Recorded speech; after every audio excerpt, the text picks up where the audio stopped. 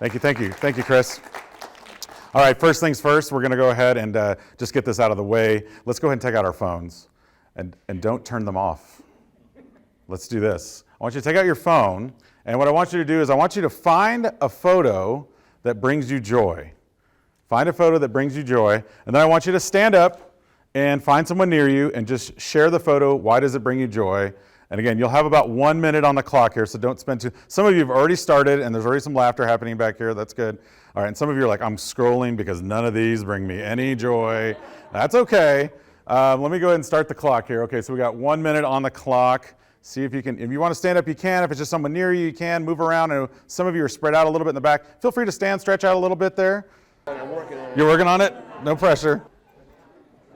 It's a good use of also why technology sometimes can be good. We'll talk about that a little bit. We'll also talk some of the ills of it as well. But my first question for you guys as a group is this. By show of hands, how many of you showed pictures of your kids? If you have kids. Okay, very good. How many of you showed a picture of your pets, if you have pets? Maybe your kids and your pets. Anybody show a picture of like a location or some place? Yes, awesome. Anyone show a picture of their spouse? Two people. This is my picture that brings me joy. These are my kids last year. Normally, we do the, hey everybody, it's the first day of school, let's take a picture in front of the school. The school last year was where? In front of my house. And these are the graduating classes of 2027, 2030, and now they're all in 3rd, 4th, and 7th, and I can tell you that we just sent the 3rd and 4th grader back about a month ago. So that was the longest spring break I've ever had in my life. 587 days they were at my house. Every day, and I love my kids, but no, I do love them, but I learned a lot from that experience too, and then having, of course, my oldest transition into teenagerism, which is where we're all at now. How many of you have teenagers? I would assume most of you, since you're here. How many of you have kids younger than teenagers? All right, anyone had both? Okay, a mix, anyone kids out, like out the door? All right, good, those are the ones that are smiling, you notice? No. No, so, a combination of different parents in the room, that's good. I have a niece who is near and dear to me. In fact, we hang out quite a bit. This is her taking a selfie. So she was like my first introduction into what social media was really like. I got to see some of the goods and the bads about it, which we'll talk about a little bit. So she'll come back up in a minute. But it's not just social media. Technology use in general has changed rapidly, obviously with the pandemic, but lots of other things. So like in our case, in my household, we got 3 of these things and put one in each of my kids' bedrooms. And then I left on a business trip and I didn't change any settings on them. And guess what happened? It was things like, Alexa, I want some puppies, and Alexa, I want a pet from the Amazon. And then, I can't make this up, but 3 days later, there was puppies and a snake that showed up on my doorstep that my parents had apparently sent as a joke just to get me. But I realized quickly that they were able to get access to things that I didn't, even as a tech dad, I was like, it's not just phones. I mean, there's so much stuff that they can have access to now. It becomes somewhat overwhelming, and it goes back to what I'll talk about quite a bit, which is it's still about those conversations that we have with our kids. We're gonna talk a lot about apps, and I'm gonna give you a lot of tools and resources, but I will tell you right now, I am not the answer to every one of your problems. I'm here to start that conversation. We wanna continue to talk amongst each other, because when I'm gone, those conversations still need to continue to happen. So it's not just about all the tools, but I will give you some secret insights. Is there any kids here? All right, good. Then I'll show you kind of the behind the scenes stuff. But how times have changed, right, over the years. This was the first computer I ever owned. Does anyone know what that is? Commodore 64. It's my favorite. It took forever. I played a game called Paperboy on it, which was this great game. Anyway, hours I spent gaming on that thing. But I still remember to this day, my parents saying, watch out for that white van. You remember the white van? Yes, watch out for it. Don't get in the car with a stranger. And then when the internet came around, it's don't meet people on the internet. And then of course, now we contact a stranger on the internet and get in their car freely, right? And I think that it's changing a lot of societal things too. Like when we go out to dinner, it's is everything okay? You haven't photographed your food yet. And then this one, which was sent to me just a few years ago on Facebook, someone said it's called 21st Century Tan Lines. Now, I will say these are teenagers, but I would say adults probably somewhat guilty of this too. If you have friends on Facebook, sometimes like to post a picture of their feet at the beach. It happens, right? This was a parent that sent me this saying that she was trying this and it actually was working. It's like, if you want the internet password today, here's all the things you need to do. Of course, this is before their kid had a phone, which could go around the internet, which we'll talk about too a little bit. There's also some information that came out. This was right in, I believe this is from an Australian study in 2018 about millennials. Now, in this case, millennials are defined as 18 to 34. Do any of you fall in that category? Between the ages of 18 and 34? Okay, a couple? All right. We're not going to make fun of you too much, no. This was an interesting survey because what they asked was, they said, what percentage of you would give up your phone in exchange for something? So the first question was, how many of you would not drink caffeine for a month and give up your phone? What do you think? How many percentage would say they'd rather give up caffeine than give up their phone? 50%. Good guess. Let's see. 23%. 23% said, you know what? I'd give up caffeine rather than giving up my phone. Rest of them say, like, no, I'm keeping my phone, and I'll just give up the caffeine at that point. How many of them would give up movies, television, watching TV for a month? Higher or lower do you think than coffee? Higher, because why? I know, right? I was like, that's not a really good question because you can watch all that stuff on your phone now. So it's like, yeah, go ahead, take the TV away. I'll just watch it on this little screen in my hands. How many of them would give up their dog to a complete stranger for a whole week and not know who they are? You're like, none better do it. Actually, 28%. Now, it may depend on the pet you have at your house. You may be like, yes, take them. I don't care. Take them for a month. I don't care. No. How many of them would give up shampooing their hair for a week? Washing their hair for a week, what percent? Should say yes. 100%. You're like, I don't wash my hair for a week anyway. What does it matter, right? Yeah. No, it's actually about 41%. And then the last one, which really gets me, this is really troubling. How many would give up brushing their teeth for the rest of their lives rather than give up a phone? It's a percentage, but it's not a big percentage. But 17%. So I always say, thank goodness for the masks these days. When you run across these people, okay, thank you. I don't need to smell. Now, another interesting thing I did is right when the pandemic was shifting over, I was actually doing some talks with 6th and 7th graders. And I started with as low as 3rd grade, but I realized they were really missing some of these things. And I showed these images to 6th and 7th graders, because that's my daughter's age, 7th grade. And I was like, here's some images, and I just want you guys to think, how many of these have all come out of existence since you were born? So they would not know anything about this unless they were just well-schooled in old culture. And this is how many of them actually knew what some of these items were. So about 60% knew what that was, 25% knew what that was, 5% saw that thing and they're like, is it like a walkie, is it like a little walker, a pedometer thing? And I'm like, no, it's this great thing. It costs about $350. Someone calls you on it, you look at it, and then you have to run to a phone and call them back. And they're like, well, why don't they just text? And I was like, well, because never mind. There wasn't texting.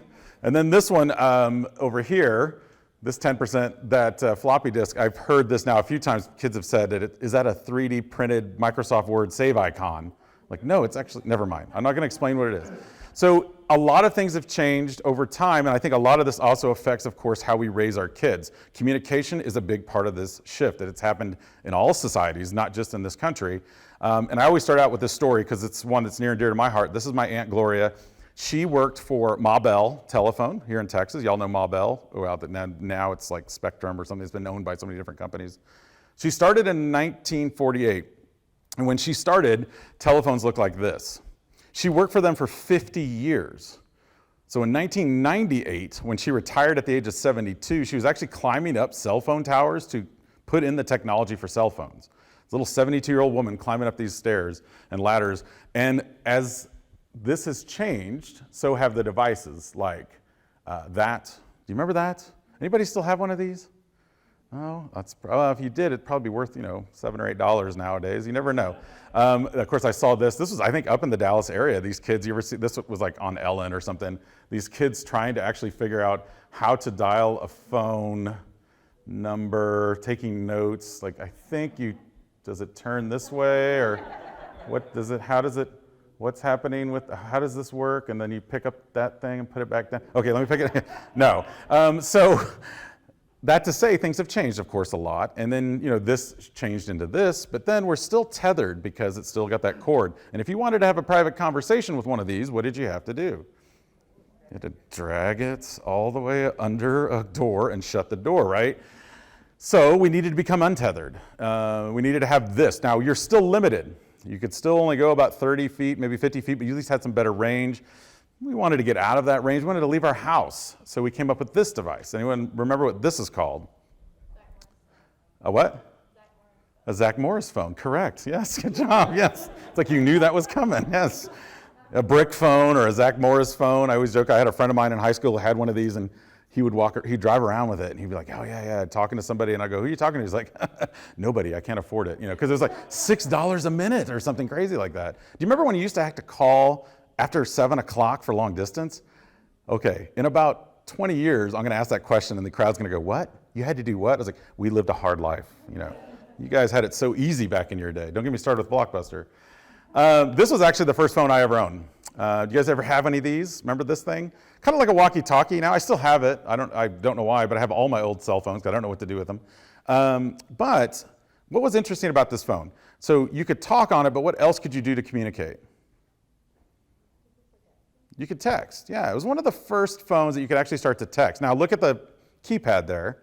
There wasn't like a keyboard that could flip out like a BlackBerry. What did you do to text? If you wanted to say the word hello, you had to do all that just to say the word hello, right? 17 characters just to get to a 5-letter word. Again, kids today have it so easy. Then in 2004, it was 2004, they invented this phone that I told my wife, I was like, honey, I know it's $400, but I promise it's the last phone I'll ever own. If you let me buy it, it just sounds so cool. It's got this slick sounding name. Do you remember the Razr? Yes. Now, the Razr was also interesting because it introduced a couple other things. So you could talk on it, you could text on it. What else could you do on it? Take pictures, and there was a little bit of internet on those things. Not great internet, but there was internet. But it started to shift the way we communicated. In fact, nowadays, when you think about this device, or smartphones in general, which were invented in 2007, the phone is actually the number 6 use of a smartphone, actually using it to call people. What's number 1, do you think?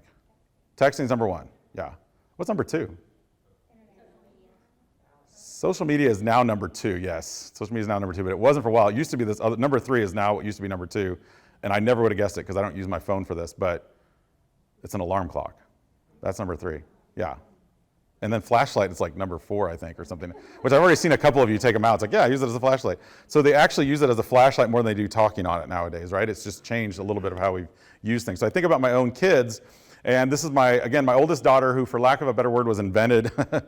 Well, I won't say, yes, there's a big process besides just her being invented. But anyway, Hooker version 1.0, that sounds really weird, but you get it. And then this device was invented, right, a year before her. So any of you with kids, I would say 15.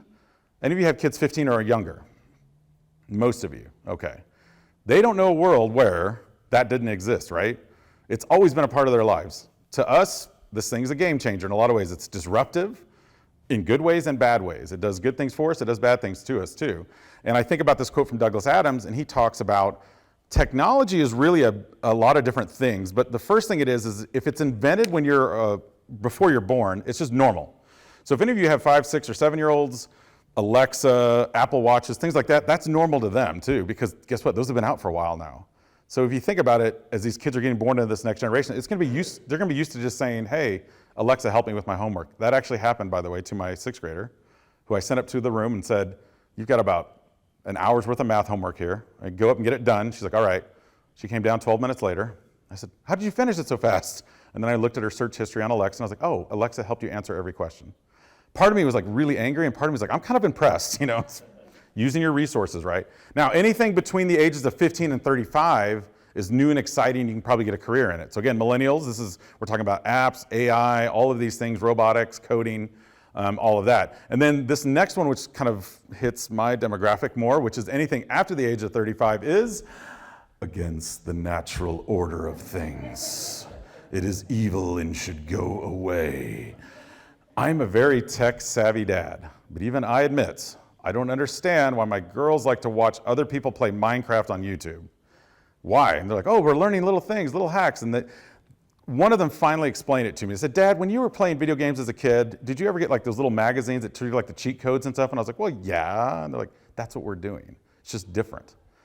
I was like, okay, I can kind of get there, but why would you dance a dance that was invented by a video game? You know, it's crazy how much this affects our culture in lots of different ways. And I think we recognize that it does, and I think that's kind of the first step. This is a futurist who had this quote that says, when we change the way we communicate, we change society, which is true.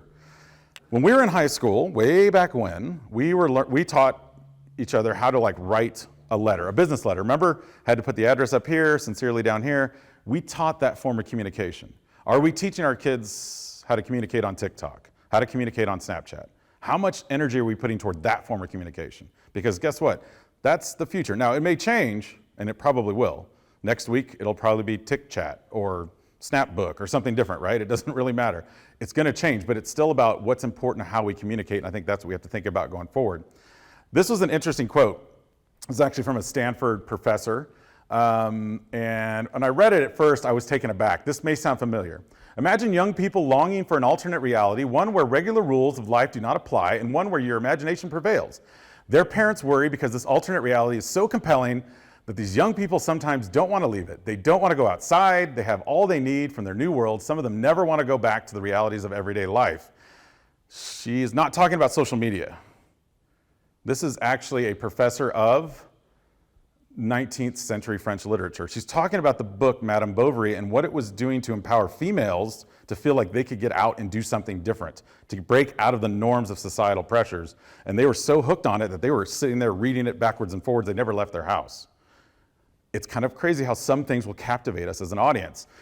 This is actually from an 1888 Smithsonian Nature magazine. And there's a quote in here that says, the telephone is the most dangerous thing of all because it enters every dwelling. In its best performance, it's only a convenience. It's never been a necessity, which is kind of funny because now it's not, because it's what, number 6 on the list, right?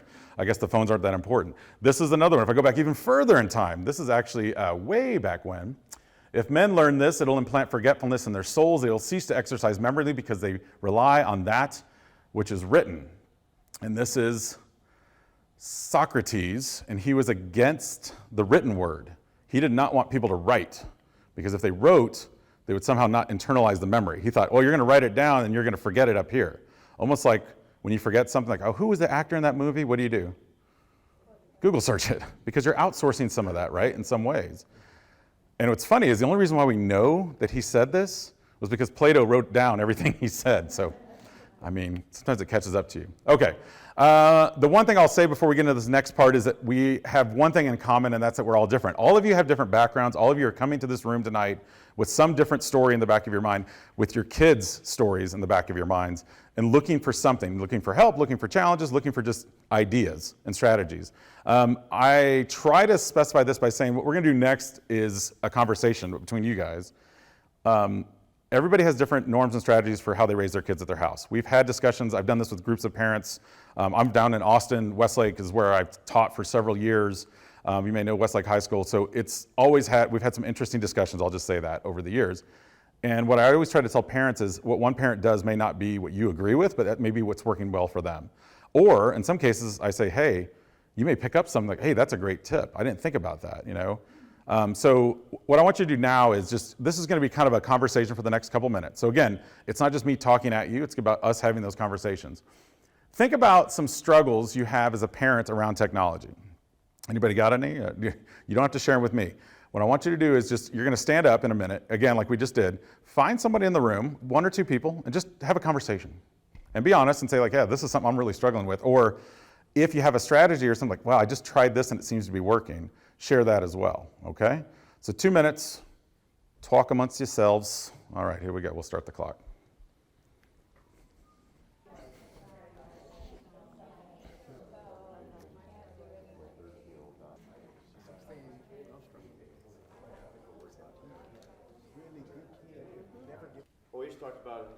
I talked about how difficult it is with my older daughter especially to be able to have a conversation where we're looking each other in the eye and I'm getting 100% of her attention. What are you saying? Where she's not at least glancing at it for a second, even Yeah. You know, maybe she just glances at it and then wants to type a couple things, but she can't get away from it to do that. She's almost addicted to it. Anyone else feeling that way when they have a conversation with their kid? Yeah, I see some hands up. Struggle. Anyone come up with solutions for it? Do they just say like, hey, there's times when you, so I'll tell you mine, but I wanted to hear if anyone else has ideas or strategies around this. Because 13-year-old, yes, same, yes. What were you gonna say? We share that we do like technology-free meals. Yep. So no tech at the table. That's definitely the starting point. Yeah, no, that's a step, but I think it's an important step. And I think, and I will say this, and I'm going to challenge you to this too, because we struggled with this in our household, and that is that everybody has to be technology free. Even your wife who doesn't want to put her phone away sometimes. No. But seriously, that is part of it. I think modeling is part of that behavior. You're doing a good job of saying, okay, I'm going to look at you, but you're not focusing on me. So first step, something like that, there's a technology-free zone. Another step is like, hey, I need to have a direct conversation with you. Put your phone down. You can keep it right there. Just put it down, face down. Because some of it is like you're saying the addiction is like, well, I might be missing something. And then it's about when is it appropriate to have those conversations. Like, listen, if this is a one-on-one conversation, later in life, in 5 years for you and I, those kids hopefully will go out the door and go off to college. And they're gonna have to figure out when is it appropriate to put it away and not to. Because I'll tell you in college, when I did some guest lecturing recently, they're still struggling with it. The kids, I'm in the back of a lecture hall waiting for the professor to be done. I'm like, they're all on something else. They're doing something else. And they're not engaged in the conversation. And so it's about having that expectation of like, all right, today we need to have a direct talk. With my own daughter, what I do with her, because she's late in the phone game, we kind of waited a little bit for her. She's kind of got on it when she was about 11 or 12. But in the last, I would say 3 or 4 months, since teenager years have come, she's changed her behavior, which happens. And so we've had to talk through about it. And a few times, even though I don't always say, take it away right away, sometimes I've had to take it away for a brief period of time to say, like, your behavior is changing, and I notice a change in your behavior. Therefore, when your behavior comes back to where you're a human again, and you treat us like with respect, the phone will be yours again. It's not about social media, and it's not about what they're doing. It's just that I notice a change in behavior. And in this case, in your case, what you're saying is like, I just want to have a direct conversation with you. And if you can show me that you can do that for 5 minutes, no problem. Here you go. But you need to put it down give me 5 minutes. Something like that. I think baby steps, because they see it as you're infringing upon their social time. And they say they can multitask, and we'll talk about that in a minute. Oh, yeah, I can do this, Dad. I can talk. But you know that you can't have a really intense conversation with somebody when ding, ding, wait, hold on a minute. Yep, oh, yeah. Check, oh, my laundry's done, good. Because that breaks the chain of that focus of conversation. Any other discussions? What else were you guys talking about? Yeah, in the back. A lot of us had the same thing, whether they were 16 or 4. There's just the addiction of shutting it off. Like being, like the longevity in which they do it, and then also when you're like, okay, stop, we're not doing this anymore, we're eating dinner or doing homework, the ability to shut it off. Right. Do any of you notice behavioral differences in your kids after they've been on their device for a long period of time? I will say this, I have 3 girls, you saw them, all with the last name Hooker, so pray for them when they all get into middle school. Never mind. But my middle child, it has a severe challenge with that. She noticeably, within 10 minutes, changes behavior. Sweetest kid ever. Man, turn it off, it's like the teeth come out. And it's taking us 2-3 years of continual reminding and working with her and setting some limitations on screen time, which she gets frustrated with. I will say this, we're finally seeing some of the payoff of that work, but it's taken us a while. And that is, she's starting to get where she's like, Mom, the other day she said, Dad, I feel like I need a break. And she's turned it off and put it away. And I looked at my wife and I was like, finally. It doesn't happen every day though. And it's just constant reinforcement. Just like anything else in life, when you're trying to raise the kids, you got to be consistent about those expectations. Luckily, we have tools that can help us with screen time limitations. Of course, if they find your password, they can get around that, so be careful of that. Yes, what were you going to say? So mine is plenty on time, but he does not carry his phone with him. And so now that he's in high school, he has the pressure from friends. Right. They're trying to reach you, where are you? And so now I'm fighting that because he uses it for phone or what it was given to him as an emergency. Though he has a computer. Right. So he has a phone. At his home, he's available because he uses this phone. But in transit from home or at school, if they need him for something, then the friends are like, you don't use your phone. You need to bring your phone to school. And he's like, I don't need it. So he's fighting Yes. The peer pressure part of it is something that we all experienced in high school and middle school, only without devices. It was other types of pressures. I've met many a high school kid who's told me, like, I just don't want to be on social media because I don't feel like I need to be on there. And I'm like, good for you but eventually they get worn down. They feel like if they're not on there, they're missing something, or then all of a sudden they're excluded from the group. And so it comes down to those friendships and those connections. But I think there's a happy medium, because I do think at some point, depending on what he does in his career, there's gonna be a point where he has to learn how to manage that as well. As adults, we were introduced to this technology at the same time as our kids was, which is kind of a unique thing in history. It wasn't like a car where like you had to get to a certain age to drive it. In this case, kids got it, teenagers got it, adults got it, all at the same time. We're all learning like what's expected behavior. And in the case of communicating with your friends, that is what I see, especially, not necessarily with boys as much as girls, but I do see it with both, but most females especially. Like my daughter, the fights she has because she missed a text message or something from a friend is intense. And her friend's like, you hate me. Like within an hour, her friends are like, why aren't you responding? Because we had them put it away for dinner time. And the friend, by the end of the 1 hour, when my daughter hasn't responded, they've said, you must hate me, you're the worst person ever, I don't want to be your friend anymore. And I'm like, hold up. She was off her phone for an hour because she was told to put it away. And so this is a collective conversation. I ended up having conversations with these parents, with the parents of her, and it has to be a continual conversation. I think it has to be open too. Sometimes as parents, we feel kind of not ashamed, but just like nervous to talk to our kids' friends' parents, because they may have different rules than us. But I'm like, this is an open conversation. Your daughter was very upset because my daughter didn't reply. And they said yes. And they actually came over and showed me her phone. Their daughter got so upset, she chucked her phone across the room and it shattered against a wall. And she was having a complete breakdown. So much so that the parents called me and they said, is everything okay? I was like, we're at dinner. What's going on? And she's, well, my daughter's freaking out because your daughter's not replying. I was like, hold on a minute. And so it was a good opportunity. I mean, honestly, we want to have those failures early so they can figure out later when they leave us, hopefully, that they can overcome that. So again, a challenge with the peer pressure. There's not a right answer to that. It's just finding that happy balance. I say continue to champion him. If he's like feeling like, you know what, I don't need it all the time, continue to support that. But then say, okay, if there's a time that your friends want to contact you, maybe you tell your friends, hey, I'm available at these times. There's times I'm not, because that's a good kid. I mean, he's just trying, right? We'll get into a few of these things too, but I'll tell you, there's a lot of data and research. I'm going to get into kind of the data research part of this now, and that's this idea of fears. And this is interesting because parents of this generation, we're fearing different things than our parents ever did before us. For example, social media, 45% of parents fear what's happening with their kids on social media versus 25% that fear that their kids are going to get involved with drugs and alcohol and cigarettes.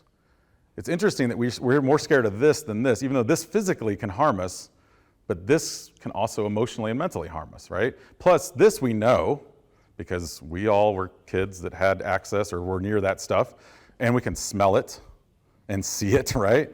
This we can't smell, taste, or know, and it's so new to us, there's that kind of unknown element of it, and I think that's why parents go out and they look for information and research on it. So I'm gonna give you a couple different articles real quick. But first, a little bit of a disclaimer, and I think we're better about this now as a society than, like I said, the last time I came here was 2018, and we were just starting to get into some of this new research on things. I always tell people, be careful what you read, because not everything on the internet is true. I know, I was surprised when I found out too. I tell that to kids too, and the kids are like, what? And I'm like, yes, yes. In fact, I test them with images and showing them things like real or not real. And some of the games I play with some of the high school kids, I'm like, do you think this is an actual thing or not? Some of them actually are real, and but the information is misquoted. So one of the things I always say about research is you gotta be careful. A lot of times, obviously this is like one of my favorites. This article, I must have had 17 parents send me this when I was doing my one-to-one program in Austin. And it's about screens being evil, and the kids in Silicon Valley don't want it. And I said, okay, so let's look at the headline first. Let's actually identify the research that's in it, and then who's backing the research. Is it medically based? Is it university based? I mean, where's the research coming from? Is there actually links to the research? In the case of this article that they sent me, there was no research. It just said research says, or there are statistics about this, but there was never a link to actually show or prove that point.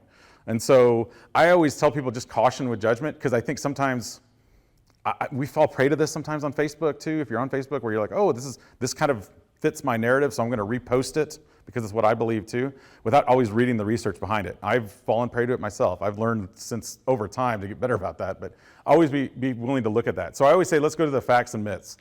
First myth. Now, there's a twist on this, and you're going to see it in just a second, because we've heard this before. Apps releases dopamine. You mentioned the word addicted, so this is good. I'm glad you brought that up. It affects the brain like heroin. I've heard someone say this before. This is one of the articles that's come out there, that using apps is like heroin. Now, I don't know if you've ever seen a person addicted to heroin. They do not look like a kid addicted to TikTok. It's a different thing. That said, there is a fact here, and the fact is there is dopamine that is released, which is an excitement. You're getting excited. So whenever that ding goes off or that notification goes off or something's going off and you pick up that phone, it's a little quick reward. So it is being released to your brain. I will say that dopamine is also released in many other ways. Like the first time you ever see a small infant child, you also get a severe dose of dopamine. Or when you go on a run, or when you have that kind of runner's high, or when you have a great conversation with somebody, or you see a movie, there is a release of dopamine. It does happen. So, like heroin, no, but dopamine release, yes, and it's that excitement of anticipation about what's going to happen if there's some sort of pleasing event. If you ever played slots before, I know there's like this casino up in the border, I keep seeing signs for on my way up here. It's like, go to WinStar, go to WinStar. People there, you see it, it's that release of dopamine. What could happen? What could happen? That's the same thing they're feeling when they pick up that phone. What could happen? What could happen? So again, managing that is a challenge. Now, this is another myth I've seen. Like all these Silicon Valley execs know that it's evil, and they don't put their kids in schools. The truth is, Bill and Melinda Gates do restrict technology uses in their home, which I think every parent should do.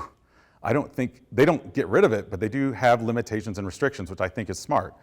But I think sometimes people see that and go, oh, see, they limit it. Well, no, they don't just let the kid do whatever they want, right? They have to learn about that. Of course, now it's just Bill Gates and Melinda. Well, never mind. That's a whole nother issue they're running into. And I've seen this thing about them not sending them to non-tech schools. What was interesting, I did some research on this, and it's true. They did limit their kids in their homes. And then about 0.5% of Silicon Valley execs actually do send their kids to non-tech schools. Which is interesting about that is that's the exact same percentage of non-Silicon Valley parents that send their kids to non-tech schools. So there's no real difference, but sometimes it's an anecdote that fits a narrative. So again, I'm not saying right or wrong, but sometimes read deeper into those kind of details. So for some parents, I have really good friends in our neighborhood. They send their kids to a school called Waldorf, which is a classical traditional academy, which has no technology, or at least they didn't. And then guess what happened? A pandemic came. They had to call in somebody to help them with getting technology integrated. Like, we might need to use this a little bit. I was like, all right, let's talk about using it wisely though, and thoughtfully, not just throw out a bunch of stuff and then see what sticks. Like, let's actually do it with some sort of judgment. Screen time, a couple of you mentioned, so I'll talk a little bit about some details around this.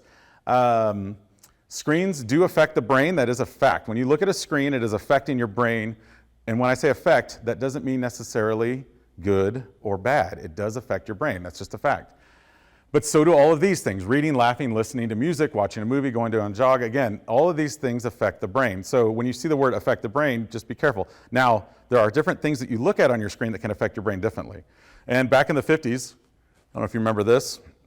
I love the dad over here who's just like, yeah, I'm just going to chill out over my paper. I'm not going to, behind the screen. No screen time for me, because he's literally got a screen in front of him that's blocking the screen time. And they're so close to the television, and it looks like something's about to happen where they're at, some sort of world war or something. Actually, the truth is, do you ever hear that old wives' tale that like if you stood too close to the screen, you would go blind? Pre-1953, those cathode ray television tubes that they had did emit a small amount of radiation, so technically if you did get too close, you were getting radiation on you. But not anything since then. And then if you think about the content of what we watched back then, I mean, a lot of the stuff we watched back then was so much more wholesome than today, like this cartoon here, which is one of my favorites. I mean, nothing bad happened to this guy at all, right?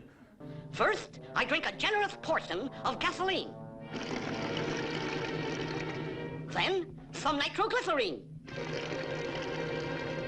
A goodly amount of gunpowder. Some uranium-238. Shake well. Strike an ordinary match. So. That's terrific, Daffy. They loved it. They want more.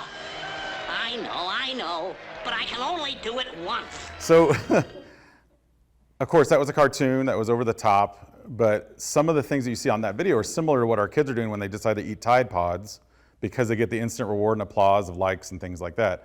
Or the one, was it a couple of years ago, setting themselves on fire? Did you ever see that trend?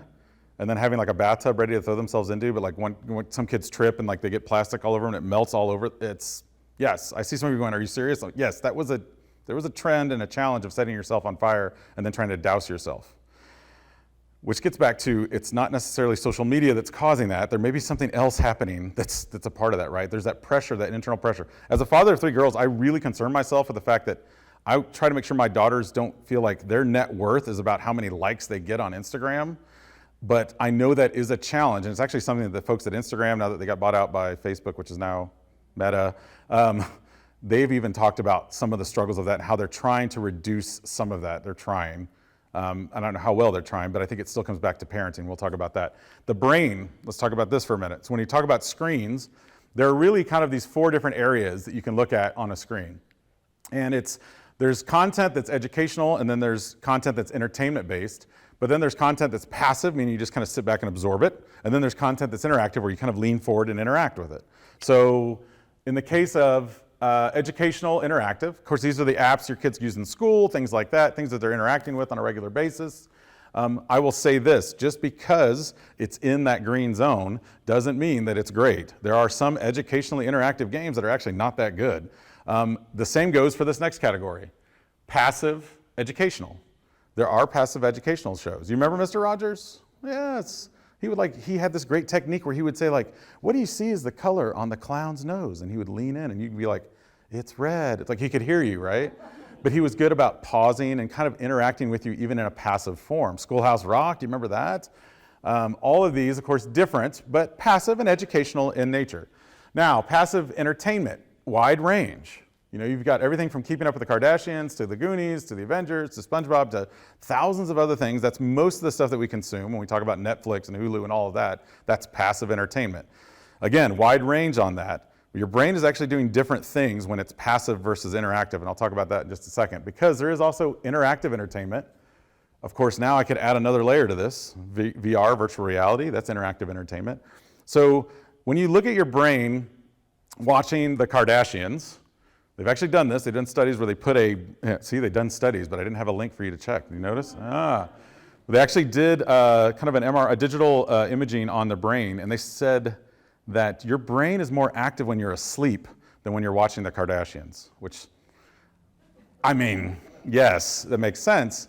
So again, passive screen time, different than interactive screen time. For those of you that are challenged or worried about screen time with your kids, the first step I would do when you get home or tonight at some point, or thinking in your head right now, is how much of their screen time is actually interactive and educational, or even just interactive in general? Like, are they interacting with the screen, or are they just passively kind of absorbing it? Because that's 2 different types of brain function.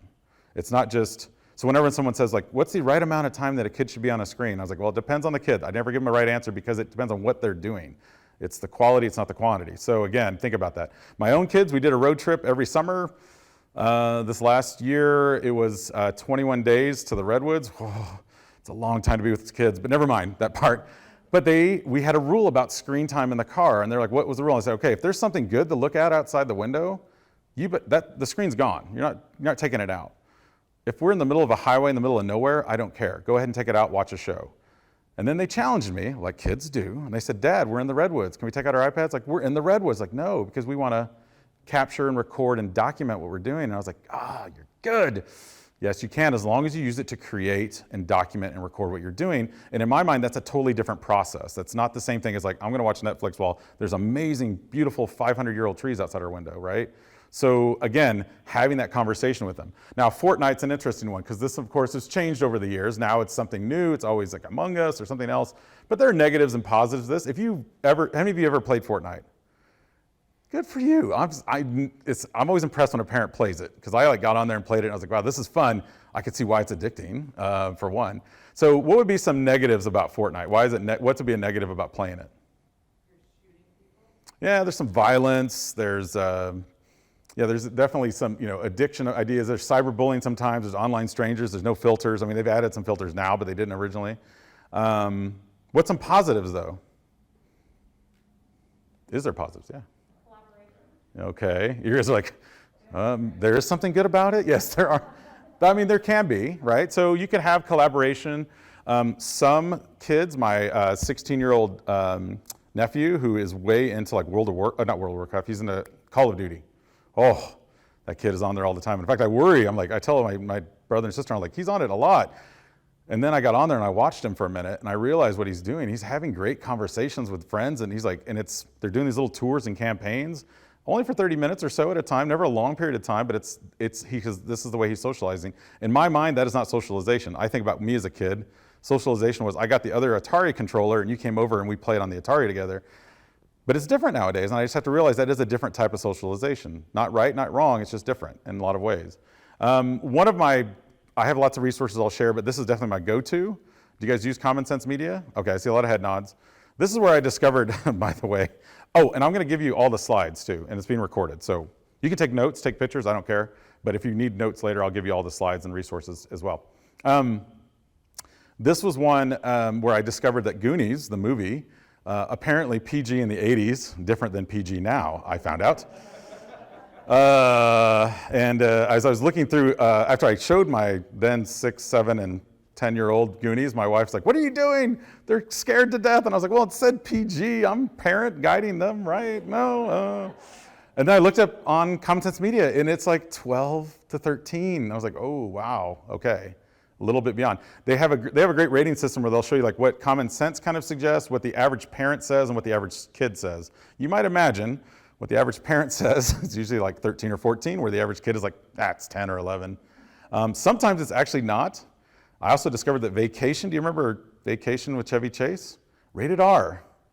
Yes, rated R, even though it doesn't, and I was like, well, and I looked, I was like, oh, I know why, because there's nudity in it, and there's some suggestion with him and adultery and all this, which is a deeper conversation. I didn't even notice when I was watching as a kid, but the teenage girl in that movie there's a lot of references to marijuana, where she's like hanging out with her cousin and she slips her some stuff, and then she's like, the rest of the movie, her eyes are all glossed over. I never noticed that until I was an adult. I was like, how did I miss that? It's a subtle thing, but again, my kids were like, Dad, what are those? I was like, oh, it's a cigarette. No, that's a conversation we need to have. And I wait till they're old enough to have those conversations, but still something that needs to happen. Now, screen time in the brain does affect your circadian rhythm. This is true whether you're a kid or an adult. This is like me and my wife just the other night. That was just a couple years ago. It was before COVID, actually. This is what I look like. Yeah. Sure. I mean, I've put on a little bit of COVID pounds. It's not a big deal. And when you do this, again, back to modeling as parents. Are you taking your phones up to your room? Are you allowing your phones to be by your bedside? It's a challenge we have in our house as well, but I tell my kids every night, I was like, I don't care as long as you're in my house, your phone at a certain time gets cut off. Our 13-year-old, 8 o'clock is a cutoff. Now again, it depends, that's our rule, could be different. I said, any conversations your friends know, you're done at 8. Goes out, goes downstairs, plugs into the charger, that's it for the rest of the night. And with us, same thing. I take it, I put it downstairs on a charger, same thing. Now my wife says that she needs to check the Ring camera because she gets nervous about people breaking into the house or something, but I'm like, okay, let's at least try to keep it away from us if we can, just because it does affect your sleep. My wife will tell me sometimes, she's like, I can't sleep from like 1 to, I woke up at 1, I couldn't go back to sleep. I was like, what were you doing? She's like, well, I just started getting on my phone. I was like, geez, I wonder why you couldn't get back to sleep. I was like, I do talk to people about this, for a living. And she's like, I know, but it's different for me. I was like, okay, it's different. She waits, for that moment when her phone's fully charged so she can unplug it from the wall and roll over to the other side. This is her, also sometimes one of her challenges. So there's a great TED Talk by Dr. Russell Forster on this, where he talks about the power of sleep and how important it is. And it's not necessarily about screen time, but what he does talk about is the average amount of sleep that people need. And you think about where we are now, how much sleep we're getting. How many of you, just by show of hands, can wake up without an alarm clock? Like no problem? Don't need an alarm clock to get up and get, great. What's your trick? What's your technique? You're old? I'm old, Carl. I just wake up when I wake up. Anyone else? How do you just, your natural brain just wakes you up? And you get up at your natural, okay. Are you going to bed at the same time-ish? Oh, see, oh no, okay, not so much. So different times, but you still wake up pretty consistently at the same time. Okay. Now, you notice only a few people raise their hand. The rest, how many of you need an alarm clock to make sure you get up at a certain, okay, just in case, yeah. And I think some of it is because we're probably also under a real kind of a time famine when it comes to sleep. But we think about teenagers right at the top. This is why on the weekends, what do the teenagers do? They sleep until noon because they're catching up on all the sleep they lost. So some of the concerns I've gotten from parents that I've talked to in my community, especially in Westlake, is, okay, Carl, but they have a lot of homework to do. So how do we accommodate the homework and the amount of time they're spending on their screens with the homework And I said, well, it's a math problem. Start from the end in mind. If they need to go to bed at 9, which no teenager really does, but you try to get them in bed by 9, that means that they probably need to be done about 30 minutes. And that's actually what his talk is about, like bright lights, screen time, all that needs to be shut down about 30 minutes before you're supposed to go to sleep. So if you want them asleep by 9 or asleep by 10, let's say, then by 9:30 they have to start shutting things down. If you want to have a really solid sleep, you should start turning lights down. I'm talking like the bright bathroom lights. Those shouldn't be on in your face either, because that's waking up your brain. It's your brain saying, the sun is up again, great. I need to wake up again. So it tricks your brain. Now, there are tricks now, and there's things on your phone that can help with this. There have these, both Android and iOS offer these kind of screen protectors. Actually, Mac and PCs have them now too, where you can actually download, it's set to the rhythm of the sun wherever you live. So you can actually say when the sun goes down, your phone starts to turn to this hue, which helps. Blue light is the thing you're trying to avoid. Blue light comes from phone screens mostly. It comes sometimes from fluorescent lights. If you have incandescent light, that's good. Calming, light, dimming lights, dimming your phone screens, things like that. That helps get your brain to sleep. So we also need breaks from our phones on occasion, and you need breaks from just listening to me talk. So we're going to do a brain break right now, and I need a volunteer to come up and try this with me. This will be different. This is a tough one, though. It's not really that hard. Any brave soul willing to help? Oh, thank you. You're looking right at me. I appreciate it. Good job there. Give her a hand, everybody. She volunteered for all of you. Okay. What's your name? Trin, nice to meet you. I'm Carl. All right, Trin, we're going to do this. We're all going to do this together in just a second. So this is just the example warm-up, because we need a break. So this is a good one for us. We're going to count to 3, you and I. Sound good? Yeah. All right. So I'll say 1, you say 2, I say 3, and then we start over. Okay. Oh, I forgot to tell you. Before we start, if we mess up for any reason, we're going to put our hands up in the air and just go, woo-hoo, like that, okay? Sure, why not? Let's see what happens. We won't mess up, though. 1, 2, 3. 1. Woo-hoo! All right, that was pretty good. All right, give her a hand. You can have a seat. Okay, get ready. Now, we're going to try this together, and you have to do this with a partner, because if you do it in groups of 3, guess what happens? 1, 2, 3, 1, 1, 1, every time. So stand up, find a partner, but don't start yet. Go ahead and stand up and find a partner. Be someone right next to you. This is good standing, because you're going to need to move in a minute. You have to use your feet in a second. I'm not going to make you do jumping jacks or anything crazy, but go ahead and stand up, find a partner. Who needs a partner? Raise your hand if you need a partner. We have one. Oh, okay. Partner. Hey, hand right here. Go ahead, pair up. Yep, there you go. Y'all in the back, I see you back there sitting down quietly. I know you just got here.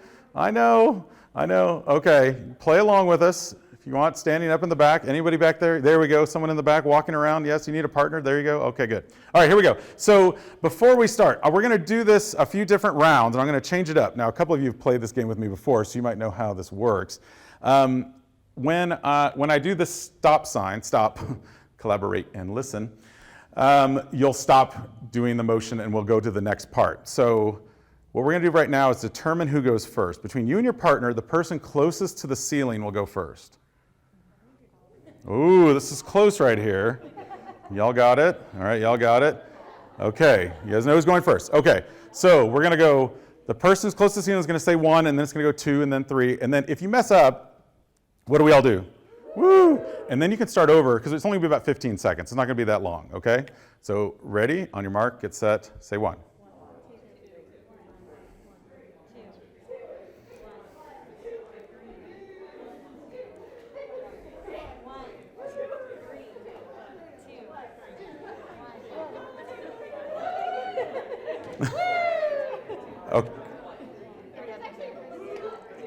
Okay, stop right there. Good job. All right.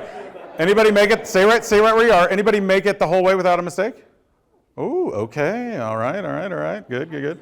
All right, we're going to change it up a little bit. So we're going to add a motion now. So instead of, what? Did someone moan? Like, oh, Carl's making us move. Okay. No, I'm not going to do anything crazy. You're going to floss. No. Break the 2x4, break the 2x4. Okay. You're going to just, the first person this time is going to clap their hands. So instead of saying 1, you're going to go clap, 2, you don't say the word clap, just 2, 3, 2, 3, clap, 2, 3. Got it? Same thing if you make a mistake, woohoo, on your mark, same person starting, on your mark, get set, clap.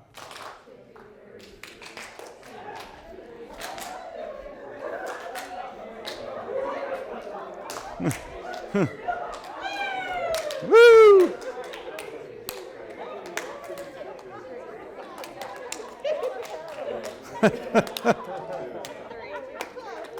All right, stop right there. That's good. Stay there. Stay there. We're not done yet. Now, anybody make it that whole time?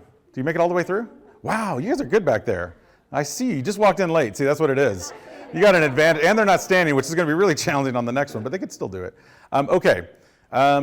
So now we did clap 2, 3. We're going to add stomp to it. Okay. Okay, he's still moaning about it, like, oh, come on. I'm trying to wake you up, people. All right, so it's going to go clap, stomp, and then you just say 3. So clap, 3, 3. Okay, this time let's switch it. The person closest to the floor gets to start. Clap, stomp, 3. On your mark, get set, clap.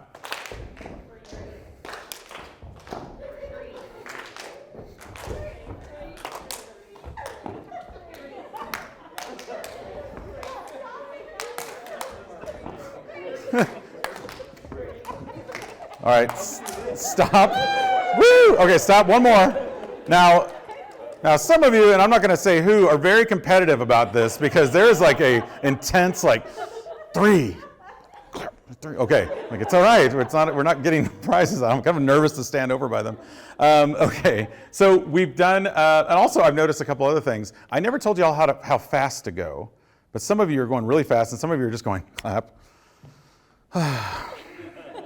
3, yes. It's okay, we differentiate for different learners, right? All right, here we go. Last one. Now, we started completely verbal. This time we're going to go completely physical, okay? So, clap, stomp, snap, woohoo. If you make a mistake, it's going to sound really interesting in a minute. People are going to walk by like, what are they doing in there? Same person that started the last one. The person closest to the ground gets to start. This is the last one. Focus, concentrate, on your mark, get set, clap.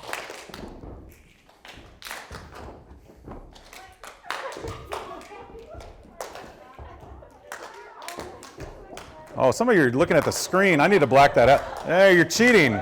Cheating. Keep going.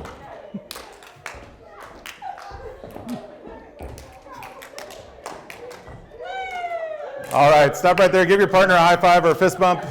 Awkward sideways hug. Okay.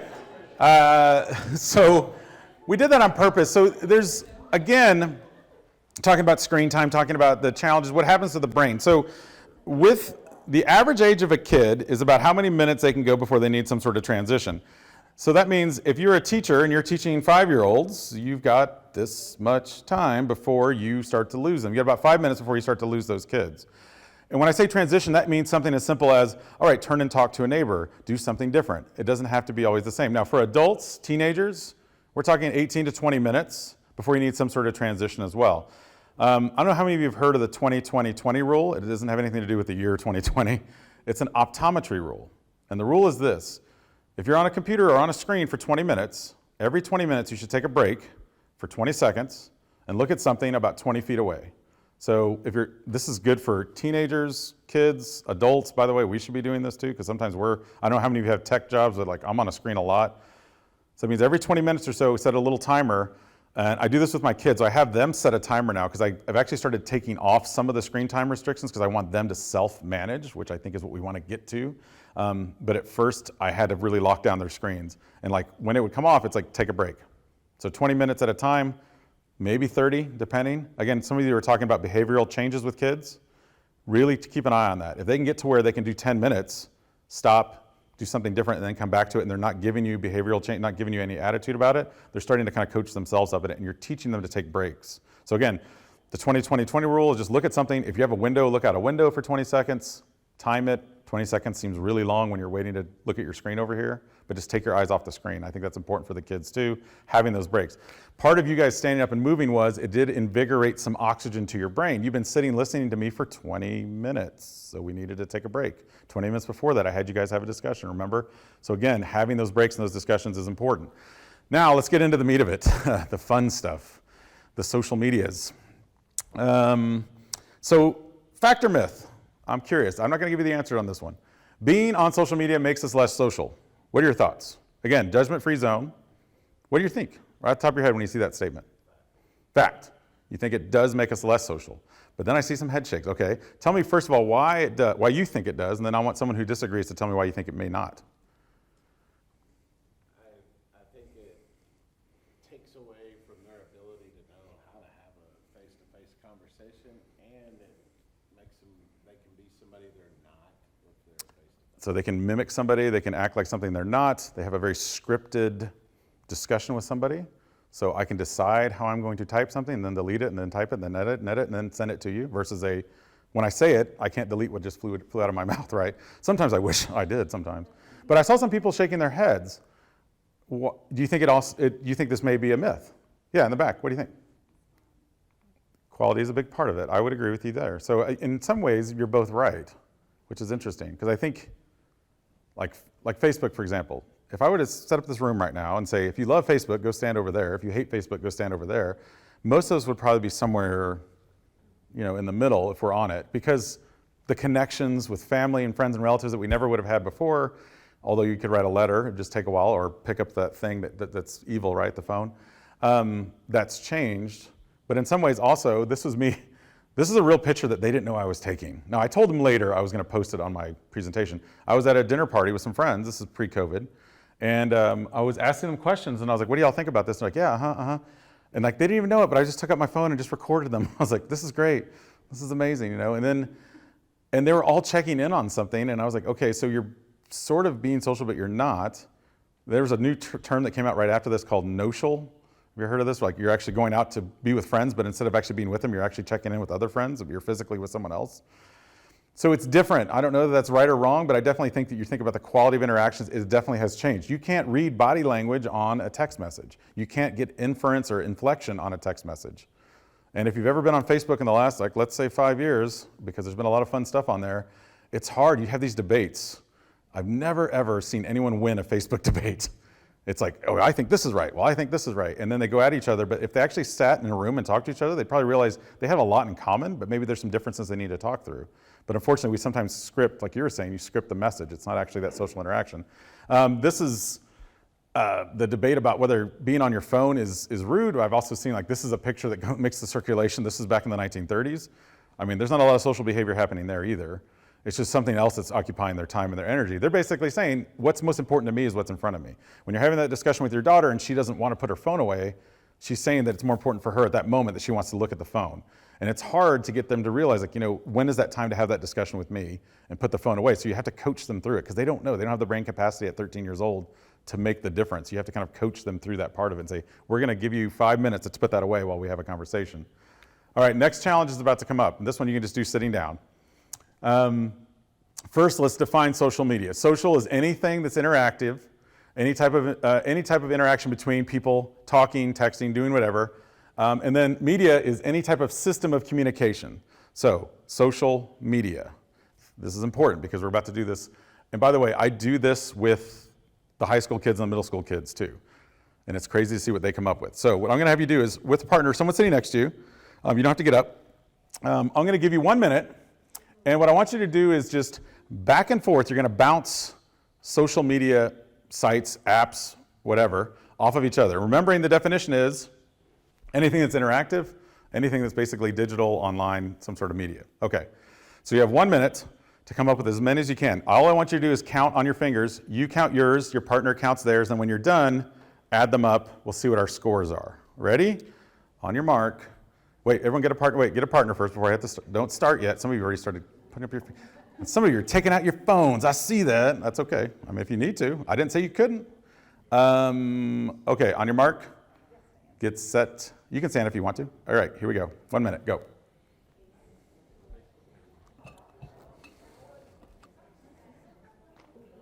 Five, 4, 3, 2, 1. Okay, stop. Add up your score. Wow, you guys are really competitive over here. There's like high fives happening.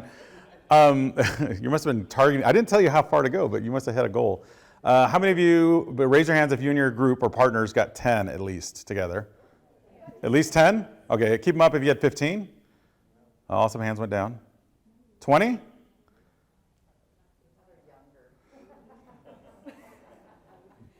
What'd you end up at?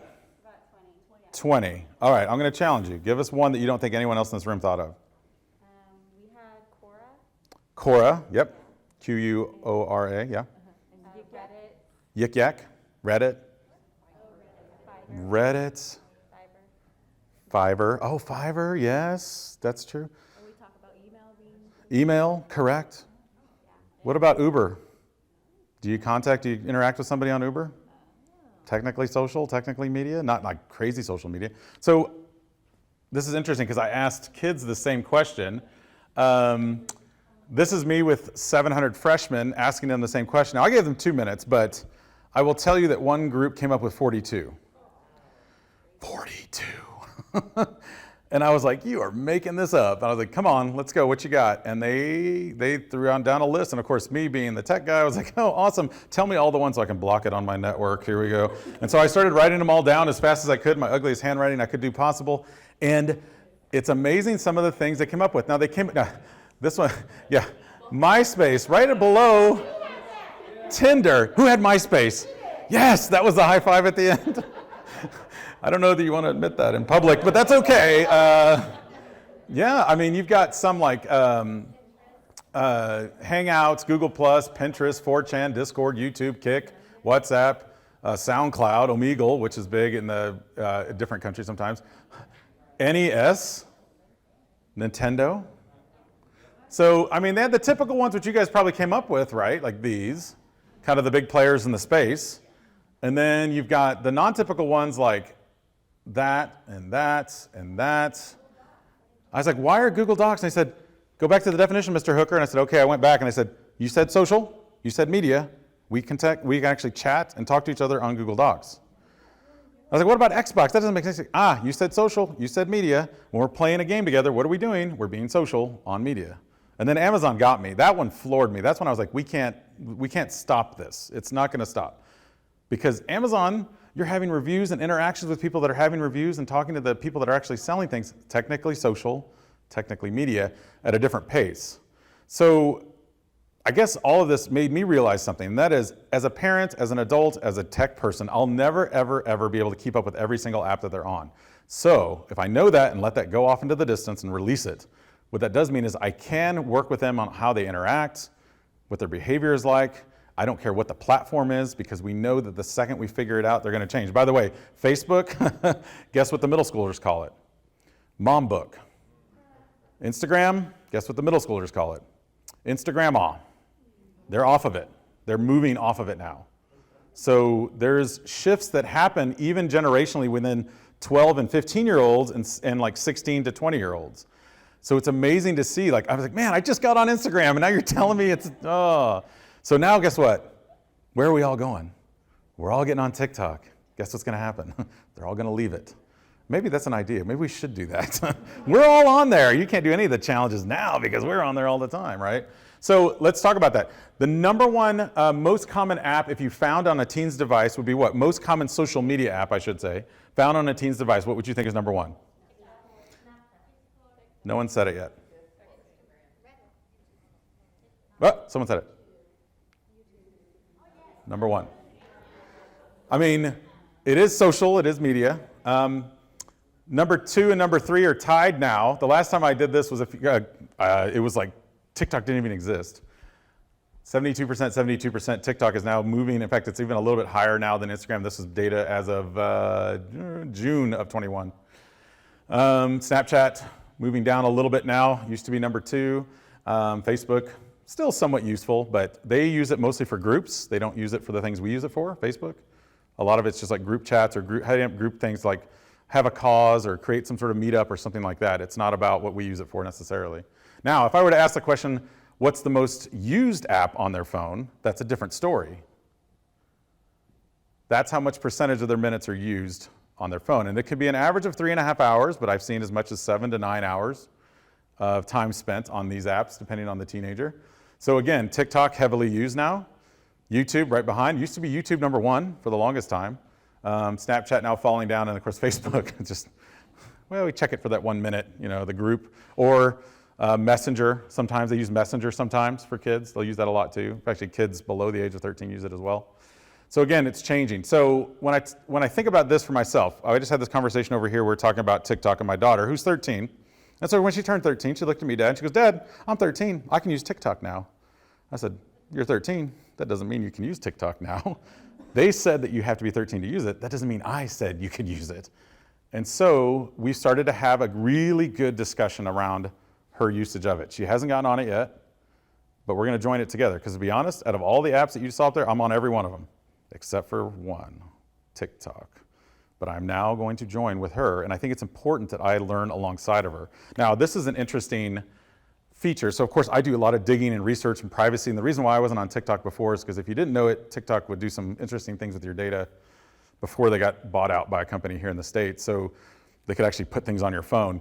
So what's interesting is they've added this digital well-being feature, which I think is pretty cool, and I like that they're starting this idea. So what I'm doing with my daughter is we're setting up family pairing, who's the teen, who's the parent, and it's a connected linked account. This is in TikTok. So if your kids are on TikTok and you're not, this could be a great first step. And I wouldn't do it as a, hey, I'm gonna watch everything you do. It's more of a, hey, come show me how this works. Let them come show you, because your job is to give them life experience. Their job is to tell you all the technical stuff that you don't understand, like why do they make the silly things happen with the videos and all this. But essentially they scan a code. You're gonna have to do this with their phone if they don't wanna do it willingly. But what she and I are doing is we're having this discussion about linking accounts, and then we're gonna, again, learn it together. Now, this works great when they don't have a fake account. You still have to be careful about that part of it. Kids are sometimes creating fake accounts. We have, unfortunately, a story at Westlake High School of a kid who created a fake Instagram yearbook account, went to a party as Westlake Yearbook, took pictures of all these kids doing what? Drinking, things like that, posted it everywhere just because she was mad at them and she wanted to get back at them for something. And of course that made the rounds, and Westlake was involved because it had Westlake High School on the actual app. Now here's the interesting thing about what she did is that she actually posted these pictures, and everyone noticed after they looked at the pictures, like, hey, who's missing from all the pictures? Wasn't there someone else at that party? Oh yeah, the person behind the phone. So she kind of outed herself in some ways. But again, family pairing is an interesting strategy. They also now have kind of screen time management and restricted modes that you can do on TikTok accounts. So again, I tell you this as tools. They're not going to solve every problem, but it is a step and a tool in your toolkit. So if you're seeing some challenges or some struggles with it, it's okay to enable a few restrictions. Again, they're not adults yet. So having those restrictions, and then what I would encourage you to do is as they start to earn the trust, let them go. Now, if they've already had it for a while, like some of your kids have probably already had TikTok for a while, this is going to be a tough challenge to go in and say, hey, listen, I want to link my account with you. It's not anything bad. I just want to see what you're doing. Can you teach me how this works? Kind of go under that guise and then still continue to have the conversation. And when you see bad behavior, you're going to have to restrict it at some point and take it away. There's a couple other strategies here too. By the way, that's under the TikTok app. I mentioned my niece earlier. When Snapchat came out, she was very excited about it. She was telling me all about it. It's like, oh, look at this, Uncle Carl. You can take a picture of this and I can send it to a friend and it automatically deletes, and I can send anything I want and it deletes. And I'm like, oh, really? So it's never gonna show up again? And they're like, yeah. I was like, okay, so what she thought you could do with Snapchat is you could take this crazy dog picture paste or other pictures, we found out later, and send it to someone's phone, and then automatically it was gone, right? And I said, Jordan, come over here. I want to show you something. This is really interesting, because here's what actually happens. You take that picture and it goes into the cloud, goes to the servers of Snapchat, where it makes a copy and goes to this person's phone and disappears. And she's like, oh, but that doesn't really matter. And I was like, wait, come here. I got to show you something else. I'm going to hack Snapchat in less than 2 minutes. I want you to come here and watch, because I'm about to download every photo from your account. And her face turned very white. And I said, why is your face turning white? She's about 16 at this time. She's like, well, is it photos that were sent to me too? And I was like, I could probably see those too. And she's like, well, I had a boy who took a picture of his rear end and sent a picture to her. And she was freaking out. And I was like, I'm telling you this because just because you think it doesn't exist doesn't mean it doesn't. I mean, there's no such thing as anonymous. There's no such thing as temporary when it comes to the internet. So again, telling her that tale, and by the way, this is a tale I also tell teenagers whenever I've told them. It's usually interesting because there's always a few that have a very abrupt reaction, like, oh my God. They kind of get scared. Every time I've done this with teenagers, there's always a few that absolutely get scared because they thought it magically flew through the air to another phone. So again, teaching them these things is a big part of this process.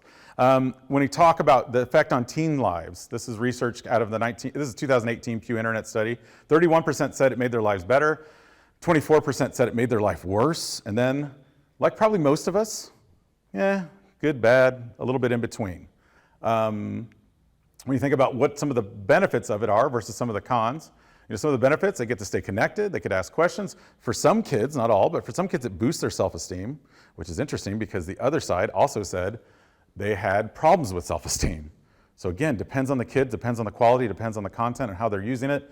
And again, what you were just saying, face-to-face skills, somewhat diminished because now you're able to carefully craft a message, take a perfect picture. I remember going to the mall the first time, I think when Instagram came out, and there's all these people, girls taking pictures of themselves in this angle, and they were like over and over again. I was like, what are you doing? It's like, well, I'm trying to get the right picture with the right lighting to get the most likes. And again, it goes back to what's most important in their lives, and that's that core conversation we need to have with them. This was a 9th grader who told me this when I was going through this phase of like shutting everything down. I was like, we're gonna shut it all down. And he said, if you don't teach us to swim, we're gonna drown. We need support too. As much as they feel like they know everything, they do need support, they need help, coaching them through it. They may know the tech side of everything. You have life experience. That's something they do not have, even though they think, oh yeah, Mom, great. I don't need to hear from you again. So this is just some of my tips that I like to use. One is just ask questions. Not necessarily tell them what to do, but just say, hey, tell me about this. What's going on with this? And not in a tone that's judgmental if you can help it. Sometimes why, Dad, why are you asking? I was like, well, no, I mean, what is this video about? Why is this funny? You Rickrolled me, which is, I'm impressed, but still, why is this funny? Those kind of things. Set up limits, if you can, to the amount of apps. I told you that one kid had 42 different ones. I would say try to, now some of you, again, are past this point, depending on how old your kids are, but if they're just starting to enter the world of social media, start with one, see how it goes, try it for a few months. If they want to add another one, they can add another one, depending on their behavior. Again, I think that's something we have to think about. You just can't, what I had one parent do is she told me, and this is brilliant, she goes, what I do is I say, every time you want to add one, you got to get rid of another one. Oh, you want to add one? You can have 3 at any time. And that was a random number that she made up, but she felt like that was the sweet spot for her kid. Now, other parents may not feel like that's a sweet spot, so it depends. Again, deleting and turning it back on. I think it's important to have an open communication when things go right. If something goes bad and your kid posts something inappropriate or something's inappropriately posted to them, some of the worst, probably the first reaction you want to take is, I want to take the phone away. Now, here's the challenge. When you do that, the next time something goes bad and your kid comes to tell you that something went bad, are they going to come tell you? They're going to think you're going to take their phone away again, and they're going to be like, oh, I'm going to hide it from Mom and Dad because I don't want to get in trouble. That doesn't mean there's not times to take the phone away. Like I said earlier, when behavioral changes happen, I take it away. It's like, hey, it's nothing to do with what you're doing on your phone. It's how you're acting right now. I'm going to make sure you take a break. And I'm not taking it away for like months, because that's not it. They'll sneak away and figure out other ways to get around it, much like we snuck out of our house when we were teenagers. They'll find ways to get on it. Again, behavioral changes are the big thing. There are 40,000 different social media apps out there. We're never going to keep track of them. But what we can keep track of is what our kids' behavior is like. If it's changing, if you notice changes in their behavior, that's definitely something you want to say like, okay, what's going on in your life? It could be a sign of cyberbullying, which is rampant at every high school. And if there's a high school that says they don't have any, that's not true. I mean, we've talked about this too with the principals, like how do we continue to work with them and address this? By the way, cyberbullying and bullying, hand in hand. And there's bullying too that's happened always before and will happen always after, but cyber is just easier now because you can be someone you don't have, you can act like somebody else. Check the privacy settings. Those change constantly. What is your kid giving away? What are you giving away on your phone, like in terms of data? That's not as important as the other things, but it's still something important to talk about. And then again, what I say with my own daughters is I want to get to a point where I can let them go and be free. I don't want to have them ride their bike with training wheels on their entire life, because when they leave me and they fall down the first time because the training wheels are off, they're not going to know what to do. So I want them to make those little mistakes with me and we walk through it and work through it, not to say take it all away or have the training wheels on your entire life. And then I think it's important also to make some sort of agreement. If your kid is just now getting on, like the TikTok I'm talking about with my daughter, we're going to write down a set of rules. And it's not going to be just me. It's going to be both of us. Like, hey, let's say something happens and you get some picture or video that it's not, what should we do? And I'll ask her what are some ideas. And then I'll kind of give her my suggestions too. So we're going to make it together. It's not going to be just me telling her what to do. And we're both going to sign it. That's part of the agreement. And guess what? When something goes wrong, and it will, nobody's perfect, I'm going to hold up that agreement and go, remember how we signed this? Let's talk about this. What were some of the things we have to walk through? And so again, it's teaching and coaching her to, like, first of all, honor her word, but also coming up with rules that she can follow as well. Notifications, I think this is, I think it's important with your kids, if they're struggling with focus and attention, to turn off notifications whenever possible. There's a lot of phones now have like a do not disturb mode. So if they're really focusing on homework, if you're noticing your kid getting distracted a lot, go in and actually turn off those notifications. There's ways to do it on different phones, notification alerts, different types of ways to turn that off, but I think that's a big part of it. A couple other things. This is on Instagram now, where they have the little reminder to take breaks, where you can say like, hey, you've been on it for a while. Actually, TikTok now does this too. Hey, you've been scrolling for a while. Why don't you take a little break? It's starting to get where they're coaching you to start taking breaks yourself. Even the apps are starting to build it in. Part of this is because they've been under a lot of pressure for some of the things they've done. The way they created these apps is to keep you on them, right? But now they're having to go through and figure out, okay, we need to also have a balance, and I think it's important. So they're starting to coach in these breaks where you can actually set settings and say, hey, every 20 minutes, take a little pause. And that's just on the app. Of course, you can shut down devices if you have iOS, and if you have Android, there's different things you can use with them as well. Let me just show you these last few resources. So I'm going to skip a little bit more ahead. Y'all have been great. Let's see, digital foot. Oh, I do have to say this real quick because this is important. I'm going to talk to your kids about this. Digital footprints, I think, is something that's going to affect all of them. So we talk about what they post and how important that is. It will affect them in the future. Right now, it's actually 72% is the latest data I caught, is how many schools, colleges, workplaces are actually searching social media accounts.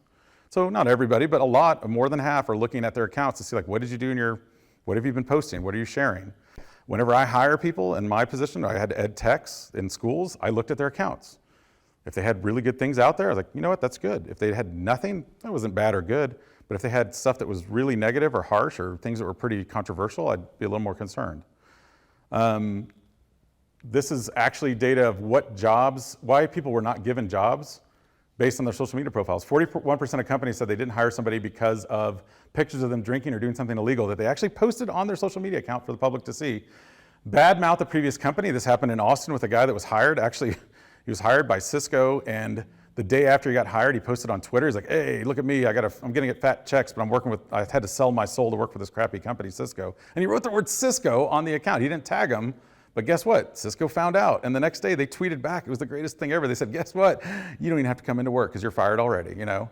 That's the reply. 21% had an unprofessional screen name, and 46% posted inappropriate photos of some sort. Now that could be different than just pics of illegal or drinking. And one example that I share with the kids is, do y'all remember the Boston Marathon bombing a few years back? Do you remember the story about this lady? This was Alicia, and she, on the Halloween after that bomb, so that happened in April. In Halloween, she decided to come to work dressed as what? A victim of the Boston Marathon bombing. Bad choice number one. Bad choice number two, she hands her phone to a friend. Take a picture of me. Bad choice number three, post the picture on Instagram. And so what happened? Within mere minutes, this went viral. She was fired. She now has a hard time getting a job anywhere. It's ruined her career in a lot of ways. And what else has happened is interesting, is that it allows other people, these people we call trolls, to come popping up, and all of a sudden they started saying things that were evil to her, absolutely destructively evil, because they felt like now we can all pile on. And it's kind of a cultural thing that happens. And in her case, you know, it ruined a lot of her future career and her future thing because she made a poor choice. Not only did she make a poor choice, she chose to post it online. If you know the NFL and the Las Vegas Raiders coach, John Gruden, he also did the similar thing. Had an idea, thought about it, wasn't a good idea, wrote it down, sent it an email to a bunch of people. Yeah, not smart. So again, building that brand is a big part of it, and it's something I want to talk about with kids, because not every profession is going to care about your social media profile, but a lot of it is going to influence where you go in the future. And so making those choices, recovering from those mistakes as a teenager, I think is okay. An adult, it's going to be harder to get over that excuse. When you're 24, like Alicia was, and you're making that choice, it's a little tougher to overcome that in some ways. So again, rapid fire resources, because we're now at the end, and I want to make sure you have time to look at some of these. Again, I'll give you guys a link at the end that has all the slides, and this is also being recorded as well. I shared this gentleman earlier. You remember Mr. Rogers? He said this. I think it's also important. You can take the word television out of that sentence and say technology is here to stay. The genie's out of the bottle, it's not going back in.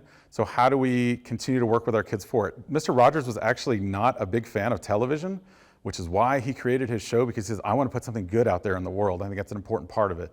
I think about with kids, and when we're raising them to eat correctly. This is something we've all done. Our parents did it with us. You bake these 12 cupcakes, you put them on the countertop, your little angelic kid comes in and says, can I have one?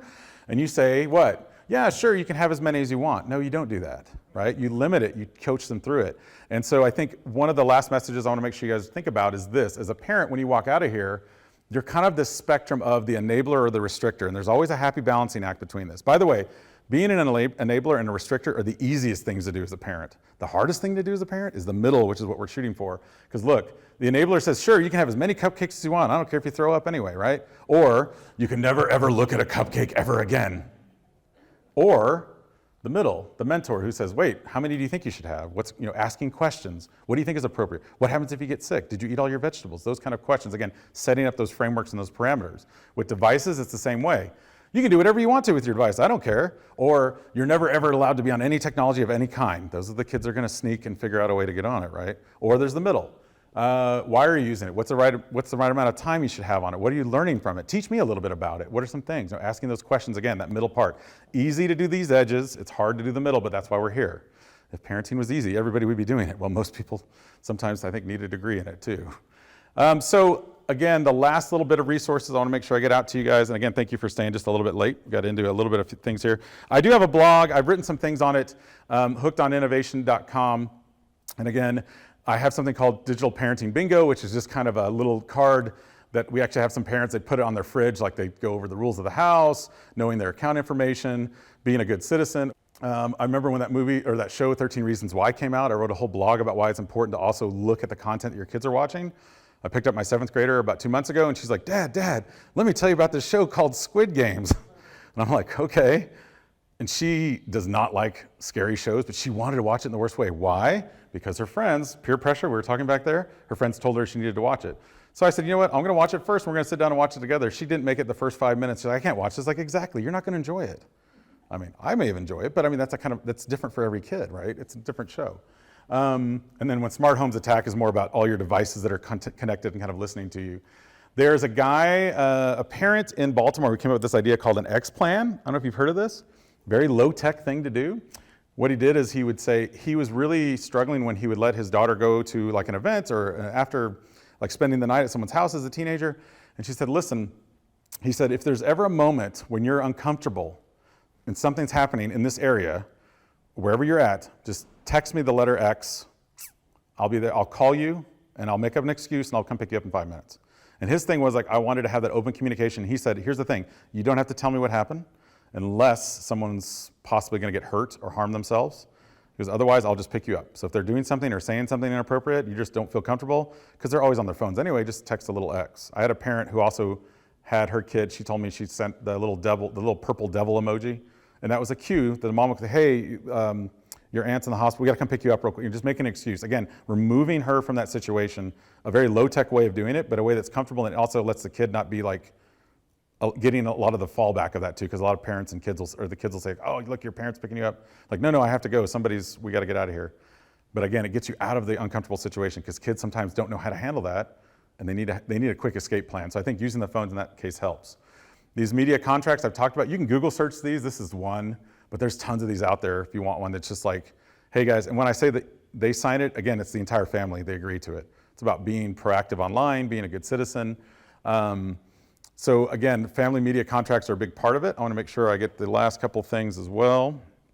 I talked a little bit about notifications. Again, depends on your phone, but there are ways to set up the limits. Of course, if you haven't done this, a lot of you already know this. This is not new anymore, but it was a few years ago. Setting those screen time limits, letting them start to actually control them, I think is a goal as a parent. And if you can get there, it's great. It's taken, like I said, it's taken me years too, and I'm the person who talks about this all the time, so know that it's not easy. But continue to coach them, because eventually, again, we want them to monitor themselves. Disney Circles come out with this for a few years ago, but now they've added in some extra features, like you can actually go in and there's location tracking. Again, my challenge for you as a parent is like, be careful of surveillance versus support.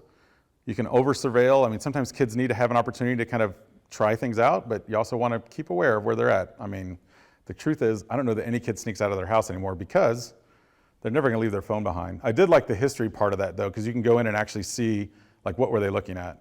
So like one of the links was like chatwithastranger.com, which isn't real, but obviously you're like, ooh, there's a little bit of a red alert there. Again, careful of monitoring. You want to make sure that you're actually having honest conversations with your kids, not just spying on them. These, if you have Sprint or Verizon, and I think T-Mobile does too, they actually have family locators built in now. So it's all a feature. You just have to ask them to turn it on. I don't think they charge you anymore. So you just ask them to turn it on. Life360 is one that people have used too as an app. Again, just finding each other in case something happens and you want to find each other or find a friend. There's also the feature on the iPhone called Find My iPhone, which my wife uses on me all the time. She's like, where you at? I'm at the office. She's like, no, you're not. I see you. You're at that restaurant down the street. I was like, well, I call it the office. No. So it's part of it as well. Family Zone is a company I started working with recently out of Australia who's creating some apps that are really, I like the idea behind, it's not just seeing every single thing the kid's doing, but instead it's like trigger alerts. So like if there's self-harm or dangerous conversations happening or the kid's getting sexting or things like that, it'll actually give you little alerts. You can set the thresholds to as conservative or as open as you want to. But I like it because it's not, you're still allowing the kid to have some time and space to have conversations, but if there's trigger words, it sends a signal. The one I was telling you about the other day, which was that a friend of my daughter's who was sending messages to her, my neighbor actually used this tool called Bark, which did the same thing. And it basically said, hey, you might want to check out, there's some language here. And their daughter was calling my daughter the B word and basically saying like, why aren't you answering, da-da-da. And it set an alert to them saying, hey, check out, something's going on here. A little bit of aggression. And so they were able to have that conversation, and then we kind of interceded and had that whole discussion before she threw her phone across the room. Again, books, lots of these out there. I've written a book on it. I didn't post it up here because I feel like my book is great, but these are newer and even better. Mine came out in 2016. The one in the middle there, Devorah Heitner, I know really well. She's done a lot of great books on this series about ScreenWise and just helping kids kind of thrive, but also survive in the digital world. And I think, I gotta tell you one quick story, and then we're done. So this picture was taken in 2016. It was my birthday. We're walking out of Rudy's. Y'all been to Austin? You know where Rudy's is? We're walking out of Rudy's. And my aunt, Gloria, who's in the picture I told you worked for the telephone company, she took a few steps and fell and actually tripped on a curb right after this and broke her hip and her wrist and a rib. And it was one of those deals where we went to the hospital and they were like, yeah, she's 82 at this point, like probably not gonna leave. I was like, all right. So we worked with her. We kind of got her in a transitional place where we could talk to her every night. And right near the end, I was having a conversation with her one night. I was like, hey, what's something, any regrets in life? I mean, and she's like, well, I was married 3 times. And I was like, or not married, she was engaged 3 times because she'd never been married. She was the aunt that has all the cats. Do y'all have one of those people in your family? I feel like there's 2 types of people in every family. It's a crazy aunt or the drunk uncle. And if you don't have either, guess what? It's you. Sorry, no. And she's like, but I always wanted to visit all these places. Like, where did you want to visit? She goes, I wanted to visit Machu Picchu. And I was like, we're going to go there. She's like, are we? And I was like, yeah. I looked over at my backpack. I pulled out my iPad and I said, guess what?